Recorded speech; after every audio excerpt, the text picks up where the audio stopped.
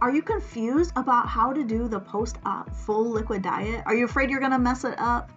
Hey there, this is Diana Lopez at My Bariatric Adventure, where we guide you as you navigate the twists and turns of your bariatric adventure. In this video, I am going to explain the basics of the full liquid diet to help you feel confident that you're making the right decisions as you get started on your weight loss surgery adventure. And if you stick around after that, I've got 5 extra tips to help you feel confident in the decisions that you're making with that full liquid diet. And then at the very end, I've got a freebie to give to you as well. So let's hop in and get started and just talk about the basics of that full liquid diet. Before we do that, I just want to explain to you that each surgeon is different when it comes to their diet stages or diet progression after weight loss surgery. Some surgeons will skip whole steps. Some surgeons may have you do certain steps for a long period of time. Some may have you do them for a very short period of time. So if you are following somebody on Instagram, TikTok, Facebook, YouTube, and you're watching their journey after weight loss surgery and you're getting ready to start your post-op diet stages, you might find that your diet stages look a little bit different than theirs. Or if you've had family and friends that have had weight loss surgery with a different surgeon, their diet stages after surgery can look totally different from yours. So I just want to encourage you, don't be confused by that. Just know that each surgeon, each practice does it differently. Typically, that full liquid diet is something that they'll have you do for anywhere from a week to 2 weeks after surgery. For some people, that full liquid diet starts on days 2 or 3 after surgery. For other people, it doesn't start until day 7 after surgery. So like I said, each surgeon is different. So don't allow that to make you feel confused and shake your confidence in what you're doing, okay? So let's dive in. Let's talk about what that full liquid diet means, okay? All right, so that full liquid diet. So full liquid diet basically is our milky, creamy liquid. So I've got a glass of milk here, right? So, you can't see through that. It's pretty thick versus that clear liquid diet that maybe you did before this one. So clear liquids, you can kind of see through that liquid a little bit. It's a little bit more translucent. That's the clear liquid diet. So full liquid diet, creamy, milky things. Everything, again, it's a liquid diet, so everything should be pretty much drinkable. Sometimes your surgeon may allow you to do things like yogurt or sugar-free pudding. Sometimes they'll allow you to do it, but they want you to thin it out with some milk to make it kind of soupy. So we'll talk about that here in a minute. But you can do cream soups, no pieces. So if you're doing like a cream of mushroom, cream of broccoli, cream of chicken, anything like that, you want to blend it in your blender until it's nice and smooth. There really are no pieces in that, okay? So really what the diet is, a high protein, low sugar diet. And at this stage is when you really start working on not just your hydration, but also focusing on hitting your protein goals. So your surgeon, your dietitian should have given you a protein goal to start working towards.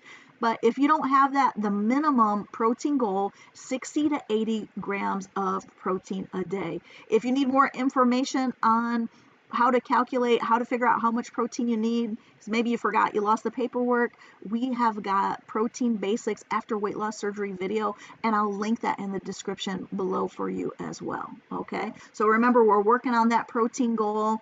And what can you have on this diet? So you can do any of these diets when you progress to the next level. You can always do any of the things on the diet before that. So any of those things on the clear liquid diet you can do.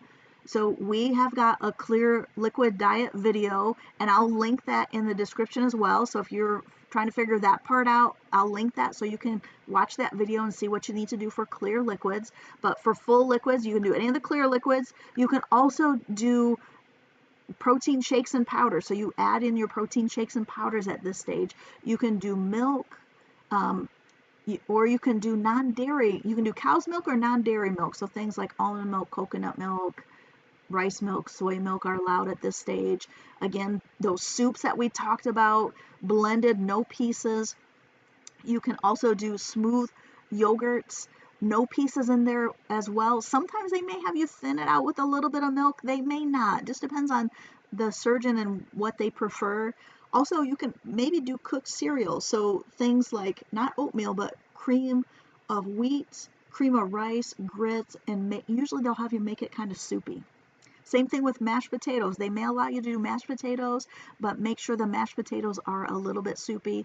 Also, they could allow you to do unsweetened applesauce, sugar-free pudding thinned out with milk, and a no sugar added hot chocolate usually are the things that are on this diet. It's pretty basic. You know, there's not a lot of variety to this diet either because we're slowly allowing your belly time to heal and slowly progressing the diet for you.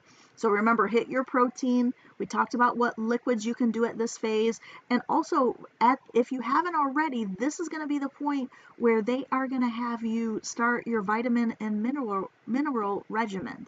So if you haven't started that yet, this is where you're going to start that. So again, each practice has different recommendations. So some will have you start at the clear liquid, some will wait until full liquid, some may wait a little bit longer even, but follow your surgeon's instructions. So that's it for the full liquid diet. It's a pretty basic diet, nothing too exciting there, but I promised you 5 extra tips. So let's dive in and talk about those extra tips. So tip number 1 is to continue to focus on hydration. The goal is at least 64 ounces of fluid a day. Some practices may tell you anywhere between 48, 64 ounces a day, but we want you to continue to be working towards getting all of your fluid in. Tip number 2, if you're really struggling to get protein in, remember with soups and mashed potatoes and yogurt and sugar-free puddings and even cooked cereal, you can add a little bit of protein powder or dry powdered milk to that to amp up the protein that you're getting in that. Or, you know, with the cereals, you can even make them with your protein shakes. So that may be something, if you're drinking a liquid like a vanilla shake, you might add that and use that in place of water or milk to make the cereal. That will increase the protein in that as well. So that is an option for you. Or if you're doing like a decaf coffee, you can use your protein shake in your coffee and amp up your protein and use that kind of as your cream and sugar because it's sweet and creamy. So that's an option for you as well. All right. So we talked about hydration. We talked about adding protein to the things you're eating. Tip number 3 is to set alarms and alerts to remember to eat and drink. Remember, you're probably not going to feel like eating and drinking. And that doesn't mean you don't do it. We want to make sure that you have kind of a schedule that you're eating and drinking throughout the day. Start early in the day, like we've talked about before in other videos. Start early in the day and make sure that you're every few hours drinking and eating to work on your fluid and hydration goals. At this point, from here on out, once you start adding real food, it's going to be more of a challenge in the beginning to get all of your protein and all of your fluid, but just keep pressing through and keep working on it because that will work to your benefit to make sure you're doing that. It'll help you have more weight loss. It will help, you know, you staying hydrated, not having brain fog, help to conserve your muscle mass, all those things. So we want to make sure that you are getting your protein and your fluid. Number 4 is to, if you're really struggling to get in your protein and you hate protein shakes, what you may be able to do is take a protein powder and just add a few drops of water or milk to make it like a frosting that you could eat off of a spoon. So I learned this from a friend of mine. She had weight loss surgery many years ago, and almost immediately her sense of taste changed and she couldn't stand the taste of her protein drinks. So what she and her mom came up with was to take the protein powder, add a couple drips of water or milk to that, stir it up until it became like a frosting, and she could spend an hour or so licking it off of a spoon. So that might work for you if you're really struggling to get in your protein. All right, so that's tip number 4, that protein powder cake frosting. recipe that you can do. And then tip number 5 is, if you're having that taste fatigue and sweet things are too sweet and you're really struggling to get protein in, you're really struggling to get food in because everything seems to be sweet, what I would recommend to you is to add more savory liquids into what you're doing.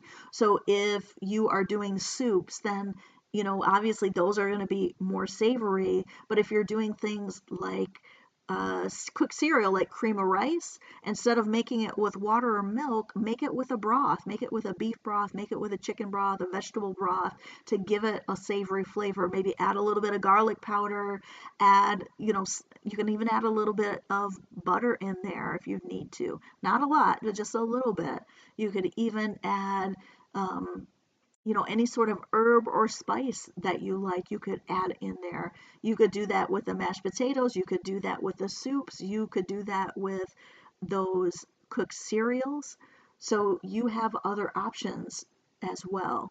All right. So if you have that taste fatigue, find ways to change up the flavor, and especially if you're tired of sweet stuff, find ways to give it more of a savory flavor. You might find that you do better and you can consume more of it because you aren't getting sick or getting gagged on that sweet flavor.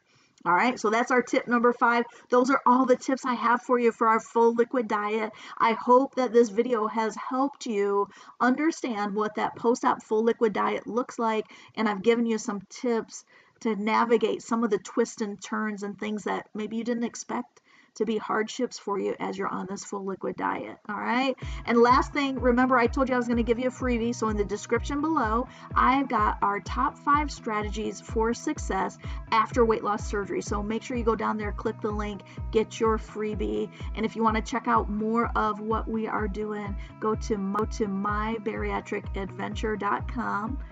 And please subscribe to our channel if you're looking for more help on your bariatric adventure, and like this video if it's been helpful. All right, thank you so much for hanging with us, and I'll see you soon. All right, take care.